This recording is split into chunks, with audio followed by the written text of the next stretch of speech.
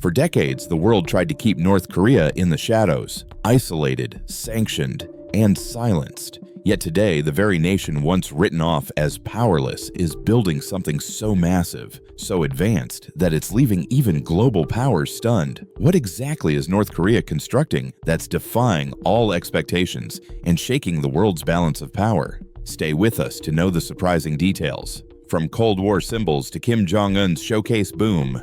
In the middle of the Cold War, North Korea began to dream big. The country wanted to show the world that it was strong, modern, and successful. One of the most famous projects from that time was the Ryugyong Hotel in Pyongyang. Construction began in 1987. It was planned to be one of the tallest hotels in the world, with over 100 floors. The goal was simple: to prove that North Korea could build something even greater than its southern neighbor. For a while, cranes and workers filled the skyline, and the building rose higher each year. But the dream did not last. When the Soviet Union collapsed in the early 1990s, North Korea lost its biggest supporter. The country fell into a deep economic crisis. Construction stopped everywhere, and the Ryugyong Hotel turned into an empty shell. For nearly 2 decades, it stood untouched, a gray reminder of lost glory. The structure became a quiet symbol of how ambition had met reality. Then came a new chapter. When Kim Jong-un took power in 2011, he decided to change how the world saw North Korea. He wanted to show that the country was not stuck in the past. Under his rule, construction started again at a surprising pace. Entire new neighborhoods appeared in Pyongyang. Streets like Mirai Scientist Street and Ryomyong Street were built to display modern apartment towers, shiny lights, and wide roads. These projects were meant to show progress, even if much of the country still struggled with poverty.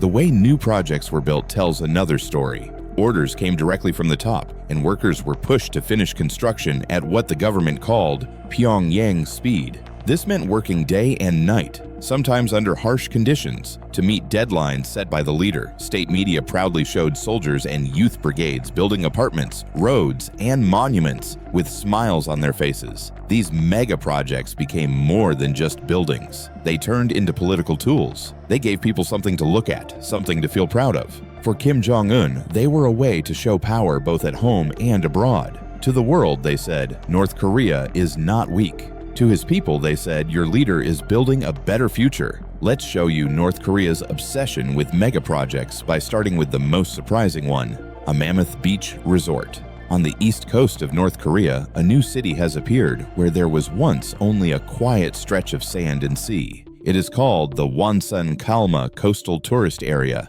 and it is one of the most ambitious projects in the country's history. Spread along the coastline, it includes long beaches, modern hotels, water parks, pools, and areas for entertainment. State television has called it a symbol of national pride. To Kim Jong-un, it is more than just a vacation spot. It is a message to the world that North Korea can build grand projects just like any other nation. The idea for the resort began in the mid-2010s when Kim Jong-un ordered the construction of a huge tourist complex that could host 20,000 people at once. The goal was clear. The country needed new ways to earn money, and tourism was seen as one answer. Building such a large resort would also show that North Korea could modernize its economy and improve its image abroad. It was part of Kim's broader plan to shift attention from weapons to development, at least on the surface. Construction began with thousands of soldiers and workers brought in from across the country. They worked long hours, often sleeping near the site. Satellite images over the years showed the coastline slowly turning into a new city, filled with wide roads, tall buildings, and long stretches of beachfront. State media released photos of Kim inspecting the site, smiling as he watched a man slide into the water from a tall slide. Every visit was covered widely on television, and each report carried the same message: the country is advancing under his leadership. By 2025, the Wonsan-Kalma resort was largely completed and opened in stages. Some early visitors came from Russia as Pyongyang strengthened ties with Moscow. However, Western tourists remain largely absent. The government says the resort can help bring in foreign currency and provide a new source of income for the struggling economy. But many experts doubt whether this vision will become reality. Strict international sanctions make it nearly impossible for large numbers of foreign visitors to enter the country. Even if they could, many question whether the resort can maintain its huge facilities without steady income. Official costs of the project have never been released, but outside observers believe it must have required enormous resources. At a time when many North Koreans face shortages of food, electricity, and medicine, the project has drawn criticism. Some see it as another showpiece meant more for propaganda than for real progress. Others believe it was built to reward the country's elite with a place of luxury far from the daily struggles of ordinary people. Still, for the regime, the Wonsan-Kalma resort stands as proof that North Korea can dream big and complete what it starts. Whether it brings real change or not, it shines brightly in official videos and speeches. It fits perfectly into Kim Jong-un's plan to prove that his nation can build modern wonders despite isolation. Then it went to overcoming the snows. Masikryong Ski Resort.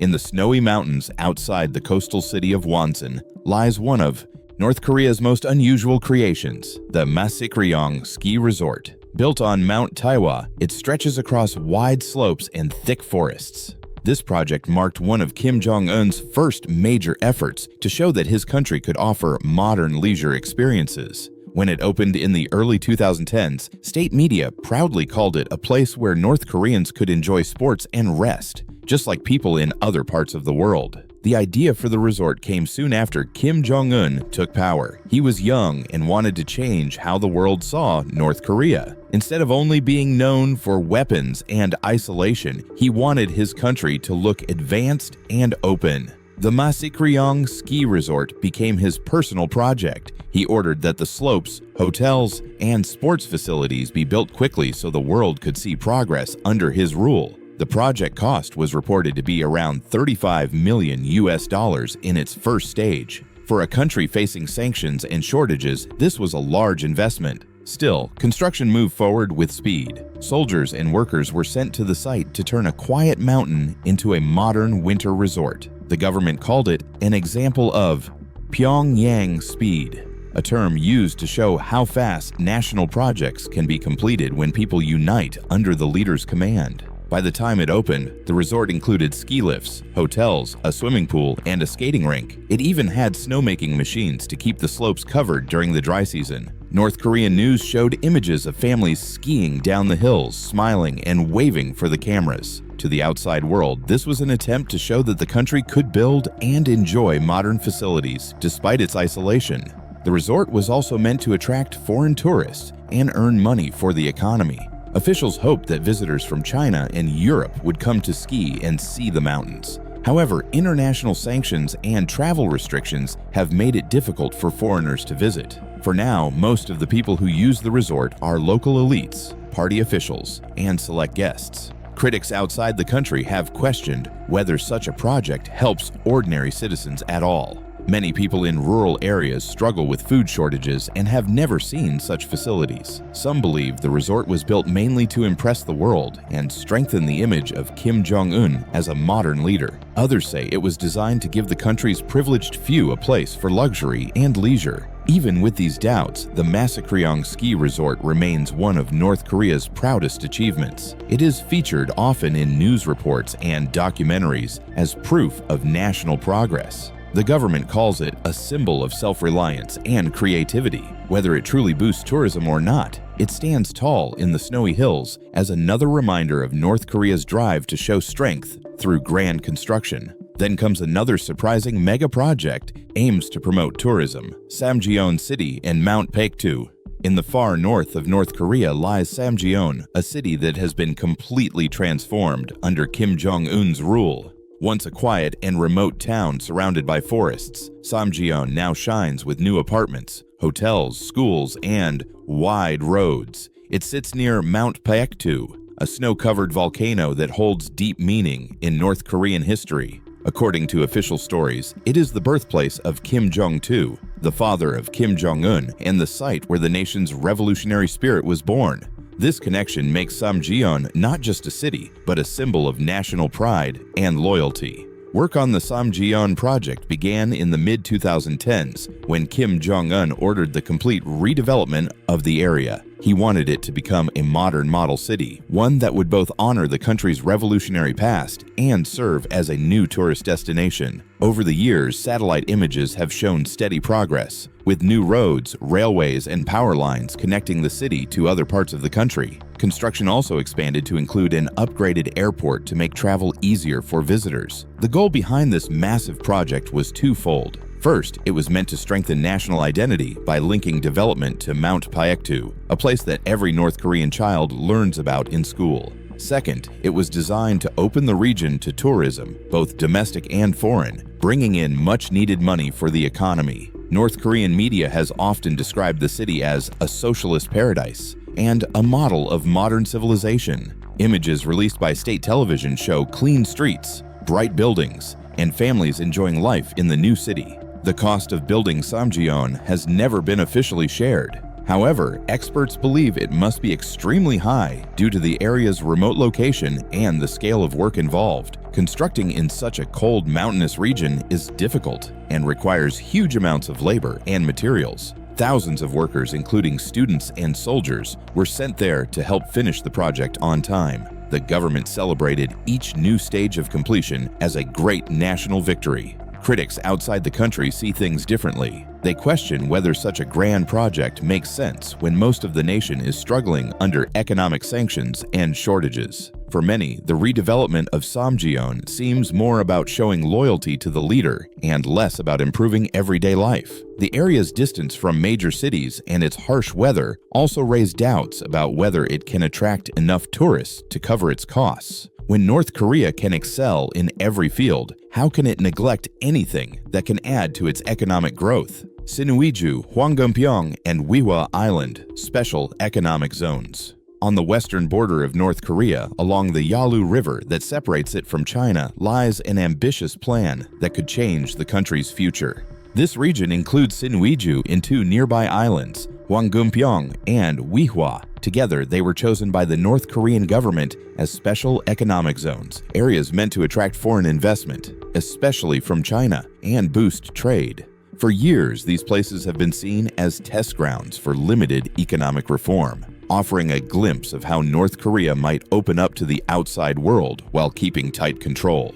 The story began in the early 2000s when North Korea first declared Sinuiju a special economic zone. It was a bold experiment, inspired by China's success with cities like Shenzhen, which had turned from fishing villages into major business hubs. The goal was simple: to bring in Chinese companies, build factories, and encourage cross-border trade that could bring in much-needed foreign currency. However, political tensions and management disputes caused the early plans to fall apart. For a while, Sinuiju remained more of an idea than a real project. In 2011, new hope arrived when both China and North Korea announced the joint development of the Hwanggeumpyeong and Wiwa Island economic zones. The two countries began construction ceremonies with banners, speeches, and promises of a shared future. The vision was grand. These zones were supposed to become centers of manufacturing and trade, connecting North Korea's economy directly to China's thriving border provinces. The plan included new roads, offices, and warehouses that would turn the area into a busy commercial hub. Yet progress soon slowed down. International sanctions, political mistrust, and frequent changes in leadership on both sides led to repeated delays. Several foreign investors pulled out after facing unclear regulations and rising political risks. There were also reports of disputes over how profits would be shared and who would have control over the zones. As a result, much of the promised development remained on paper, with only limited construction visible in satellite images. Despite these setbacks, the idea never completely died. The North Korean government still highlights these projects as symbols of its willingness to modernize and cooperate with neighboring countries. Officials often mention them in speeches as examples of how North Korea can develop its economy without depending on Western nations. Chinese businesses in nearby Dandong City also keep an eye on the project, hoping that one day, cross-border trade will expand again. The success of these zones could bring big changes. If fully developed, they could create jobs, attract foreign currency, and boost regional trade. For North Korea, this would be a major step toward improving living standards and showing the world that it can manage economic growth on its own terms. Then comes another surprising North Korean project, one that looks toward the future and carries a name that says it all: the Future Scientists Project. Mirai Street and Ryomyong Newtown. In the center of Pyongyang, too, new developments have changed the city's skyline. Mirai Scientist Street and Ryomyong Newtown are large housing areas built under the direction of Kim Jong-un. They were made to show progress, provide housing for professionals, and give the capital a cleaner and more modern look. Both projects are important examples of how North Korea presents its idea of development to its people and the outside world. Mirai Scientist Street, meaning Future Scientist Street, began around 2014 and opened in late 2015. The project was built to house scientists and engineers who work in the country's technology and defense programs. It stretches along the Taedong River with tall apartment buildings, shops, and public spaces. The government said it was built to reward those who contribute to science and to set an example of modern city planning. The street has also been shown often on state television to highlight the country's ability to build quickly and efficiently. A year later, work started on Ryomyong Newtown. This project began in March 2016 and opened in April 2017. Ryomyong means New Dawn, and the area was designed with the same idea as Mirai Street, to show progress and provide homes for educated workers. It included new apartment towers, schools, and green areas. Kim Jong-un personally ordered that the project be completed quickly, and the state later claimed it was built at what they called Pyongyang speed. The construction of both areas relied heavily on mobilized workers, including soldiers and students. Reports say that buildings were completed in record time, but this also raised questions about the quality and safety of construction. Some towers appeared empty or only partly occupied after opening. Analysts outside North Korea have suggested that some of the buildings might have problems with electricity, water supply, or maintenance. Even so, these projects have an important role inside the country. They are used in television programs and official visits to show the progress that the government wants people to believe in. Mirai and Ryomyong are also presented as proof that North Korea can modernize without foreign help. For the residents who live there, the apartments represent a better standard of living compared to older housing in other parts of the city. Transport has always been the backbone of a nation's progress, and the next project shows that North Korea understands this very well. Airports, transport links, and hidden industrial projects. North Korea has been quietly working on a wide range of transport and infrastructure projects that aim to connect its cities, airports, and industrial zones. These developments are less visible than Pyongyang's high-rise streets or coastal resorts, but they play a vital role in the country's long-term goals. Under Kim Jong-un's leadership, modernization of airports, rail lines, and key ports has become part of a wider plan to improve access for tourists, attract possible investment, and strengthen logistics for both civilian and strategic needs. The most well-known example is the upgrade of Pyongyang Sunan International Airport. Over the past decade, satellite images and official reports have shown new terminals, runways, and transport links being added. The airport has been rebuilt with a modern look, larger waiting areas, and better facilities compared to the older structure. State media has often shown Kim Jong-un visiting the site, describing it as a gateway to the nation. The goal was to make it ready for international visitors and to show that North Korea could build infrastructure that meets global standards. Further north, at the foot of Mount Paektu, construction has also been seen at Samjiyon Airport. This airport is linked to the larger redevelopment of Samjiyon City, which is promoted as a key tourism and heritage site. By improving flight access to the area, the government hopes to bring more domestic and possibly foreign visitors to the mountain, which holds great symbolic value in North Korean history. The work has included runway improvements and new facilities designed to handle increased air traffic. Rail upgrades have also been a focus. The Hyesan to Samjiyon railway line, for instance, has been under construction to make travel to the remote northern region easier. New tracks, power lines, and stations have been added in stages. This is not just about tourism. It is also meant to improve the movement of goods, especially for industries that depend on materials from the interior parts of the country. In addition to airports and railways, satellite images have pointed to industrial and port developments along the coast. These include upgrades to existing shipyards and possible new facilities for cargo handling. Some analysts believe that these projects serve dual purposes, supporting both trade and military logistics. The line between civilian and military use in North Korean infrastructure often remains unclear. As with most projects in the country, details about cost and funding are not available. Many of these upgrades are believed to rely entirely on domestic resources, with limited foreign support due to international sanctions. The scale of work varies depending on political and economic conditions, and progress can slow when sanctions tighten or resources run short. Still, these transport and industrial projects are crucial for North Korea's wider plans. They are the foundation that supports tourism zones like Wonsan and Samjiyon and could help future economic zones near the Chinese border. But critics argue that most benefits go to the elite and government institutions rather than ordinary citizens. Others also point out that some of these developments could be used for military purposes. For now, North Korea continues to build quietly, preparing for a future where its transport and industry might one day open wider to the world. What do you think about North Korea's secretive mega projects and their true purpose? Share your thoughts and theories in the comments below.